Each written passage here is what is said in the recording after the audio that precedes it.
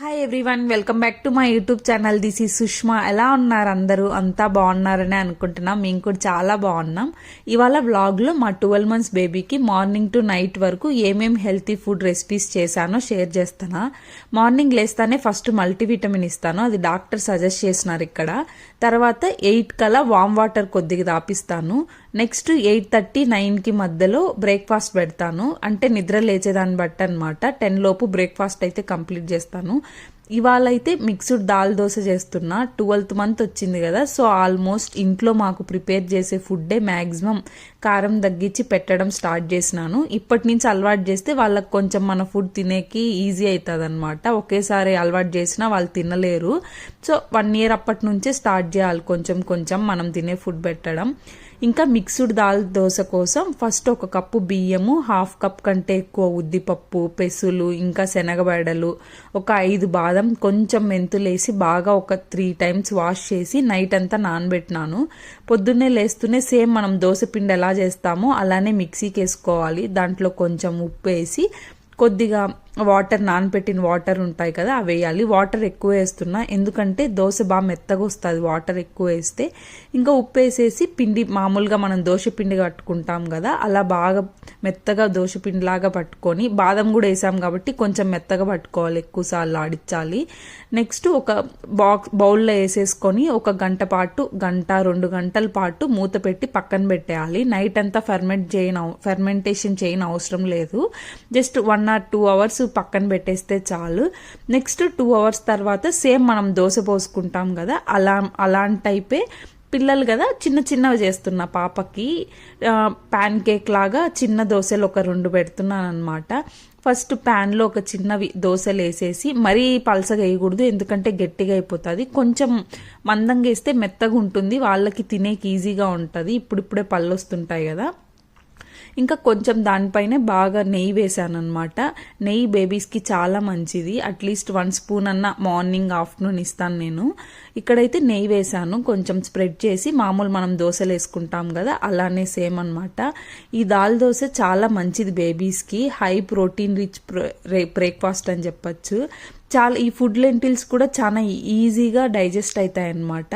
బేబీస్కి కొంచెం టేస్ట్ కూడా డిఫరెంట్గా ఉంటుంది. ఒక్కొక్కసారి ఒక్కొక్కలాగా పెడుతుంటే వాళ్ళకి కొత్తగా ఉంటుంది, తినేకి ఈజీగా ఉంటుంది అనమాట. నేనైతే ఇప్పుడు ఈ మధ్య స్టార్ట్ చేసినాను ఇలా దాల్ దోశ పెట్టడం. ముందంతా ఎప్పుడు వేయలేదు ఎందుకంటే చిన్నప్పటి నుంచే స్టార్ట్ చేస్తే వాళ్ళకి అరుగుదల కష్టం అన్నీ ఒకేసారి. అంటే ఒక్కొక్కటి ఇంట్రడ్యూస్ చేసుకుంటా వచ్చాను అనమాట. ఇంకా తర్వాత 11కి అలా బనానా ఇచ్చాను. ఏదో ఒక ఫ్రూట్ అయితే ఇస్తాను. నిద్రపోయేటప్పుడు నాప్ టైంలో మాత్రమే పాలిస్తాను అనమాట. ఇవాళ అయితే బనానా ఇచ్చాను. హోల్ బనానా పెడతాను. బనానా కూడా చాలా మంచిది. ఆ టైంలో బనానా కానీ యాపిల్ ఉడకబెట్టడం తగ్గించేశాను ఎందుకంటే ఆల్మోస్ట్ 1 year కాబట్టి.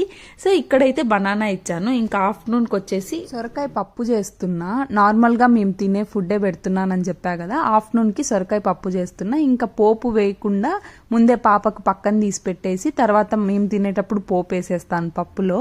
ఇక్కడైతే సొరకాయ, కందిపప్పు తీసుకున్నా. సమ్ టైమ్స్ పెసరపప్పుతో కూడా చేస్తుంటాను. సొరకాయ పైన పీల్ చేసేస్తున్నా ఎందుకంటే ఇక్కడ ఎలా కెమికల్స్ వేస్తారో, పెస్టిసైడ్స్ అలాంటివి వేస్తుంటారు కదా, నాకెందుకో పైన తోలు తీసేస్తే బెటర్ అనేసి పాపకు కూడా పెడుతున్నానని తోలు లైట్గా పీల్ చేసేసి పెడతాను. ఇంకా సేమ్ పప్పు ప్రాసెసే ఫాలో అయిపోతున్నా. పచ్చిమిర్చి మాత్రం చాలా తక్కువ తీసుకున్నాను, పాపకు పెడుతున్నాను కదా, ఇప్పటి నుంచే స్పైసెస్ ఎక్కువ పెట్టడం ఎందుకులే అనేసి పచ్చిమిర్చి తక్కువ వేస్తున్నా. ఒక 2-3 తీసుకున్నాను అనమాట చిన్నవి. ఇంకా సొరకాయ బాగా ముక్కలుగా కట్ చేసి, ఆనియన్స్, టమోటా, ఇంకా కందిపప్పు బాగా ఒక 2-3 times వాష్ చేసినాను. 1 కప్పు కందిపప్పు తీసుకున్నాను. పెసరపప్పు కూడా పిల్లలకి చాలా మంచిది. ఇవాళ అయితే కందిపప్పు తీసుకున్నాను. అప్పుడప్పుడు పెసరపప్పు వేసి వెజిటేబుల్స్ వేసి కిచడీ లాగా కూడా చేస్తుంటాను. నేను వెజిటేబుల్స్ ఖచ్చితంగా ఆఫ్టర్నూన్ టైం ఏదో ఒకటి యాడ్ చేస్తాను. మార్నింగ్ ప్రోటీన్ రిచ్గా బ్రేక్ఫాస్ట్ పెడతాను. ఆఫ్టర్నూన్కి ఇలా వెజ్జీస్ ఏదో ఒకటి యాడ్ చేస్తాను. నైట్కి ఫైబర్ ఫుడ్ లాగా ఈజీ డైజెస్ట్ అయ్యే ఫుడ్ పెడతాను అనమాట. ఇలా పెడుతుంటా. స్నాక్స్గా కంపల్సరీ ఏదో ఒక ఫ్రూట్ ఇస్తుంటా. ఇంకా పప్పు అయితే కందిపప్పు బాగా కడిగేసి వేసేసాను. అందులో కొంచెం చింతపండు కూడా వేసాను, పసుపు, చింతపండు. 12 months వచ్చిన తర్వాత నుంచి వేస్తున్నాను, ముందంతా నేను యాడ్ చేయలేదు. ఇప్పుడు యాడ్ చేస్తున్నా చింతపండు. ఇంకా చింతపండు వేసేసి కొద్దిగా పసుపు వేసేసి వాటర్ వేసుకొని పెట్టుకొని విజిల్కి పెట్టేసుకోవాలి. ఒక 3 విజిల్స్ వచ్చే వరకు మీడియం ఫ్లేమ్లో పెట్టి బాగా ఉడకనివ్వాలి. సొరకాయ ముక్కలు కూడా బాగా ఉడికిపోతాయి అన్నమాట పప్పుతో పాటి. ఇంకా సేమ్ మనం పప్పు చేసుకుంటాం కదా, ఆ ప్రాసెస్లోనే చాలా ఈజీగా అయిపోతుంది అనమాట. మనం సపరేట్గా పాపకు చేయాలి అవసరం లేదు.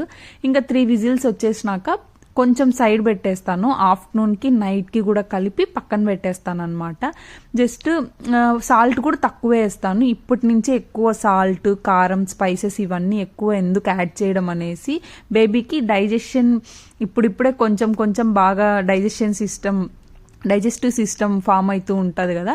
సో అప్పుడే ఎక్కువ మీద అన్నీ ఒకేసారి అంటే కష్టం కాబట్టి నిదానంగా అన్నీ ఇంట్రడ్యూస్ చేసుకుంటా వస్తున్నాను. ఇంకా పప్పు అయితే సొరకాయ పప్పు అయిపోయింది, పక్కన తీసి పెట్టాను. నెక్స్ట్ రైస్లో సొరకాయ పప్పు యాడ్ చేసేసి ఆఫ్టర్నూన్ లంచ్గా పెడుతున్నాను.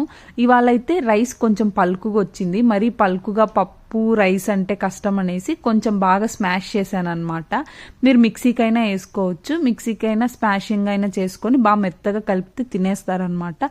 నెయ్యి కూడా వేసుకోవచ్చు, యాడ్ చేయొచ్చు అనమాట. చాలా బాగుంటుంది టేస్ట్ నెయ్యి వేసినా కూడా. ఇంకా ఈవినింగ్ స్నాక్స్గా 4:30-5 కల్లా ఇవాళ మ్యాంగో ఇచ్చాను, ఒక 4 పీసెస్. అంటే ఇంట్లో ఏ అవైలబుల్ ఫ్రూట్ ఉంటే ఆ అవైలబుల్ ఫ్రూట్ ఇచ్చేస్తానమాట. నెక్స్ట్ నైట్కి డిన్నర్కి ఏమో పప్పు చేశాను కాబట్టి ఇవాళ చపాతీ పెడుతున్నాను అనమాట. చపాతీ వీక్లీ వన్స్ అలా పెడతాను, ఎప్పుడైనా ఒకసారి ఇలా పప్పు సాంబార్ చేసినప్పుడు. ఇక్కడ చపాతీ అయితే మల్టీగ్రెయిన్స్ చపాతీ అనమాట, పిండివి. సో కొంచెం డిఫరెంట్గా ఉంటుంది కలరు. ఒక చపాతీకి బాగా మెత్తగా వేకి నెయ్యి పూసేసి అటు సైడ్ ఇటు సైడ్ ఎక్కువ కాల్చని, మాడిపోయినా గట్టిగా అయిపోతుంది కాబట్టి. ఇంకా చపాతీ పప్పులో నానబెట్టేస్తాను ఒక 1/2 అవర్. బాగా చపాతీ పీసెస్గా వేసేసి ఆఫ్టర్నూన్ చేసిన పప్పు వేసేసి ఒక 1/2 అవర్ నానబెట్టేస్తే మెత్తగా అయిపోతుంది. పిల్లలు కూడా తినేకి చాలా ఈజీగా ఉంటుంది. అలా చాలా సింపుల్గా మార్నింగ్ టు నైట్ వరకు ఏమేం చేశానో హెల్తీ ఫుడ్ షేర్ చేశాను. Thanks for watching. మీరు ఈ వీడియో చూస్తూ సబ్స్క్రైబ్ అవ్వకుంటే ఒకసారి ఛానల్లోకి వెళ్ళి వీడియోస్ చూస్తూ నచ్చితే please like, share and subscribe to my channel.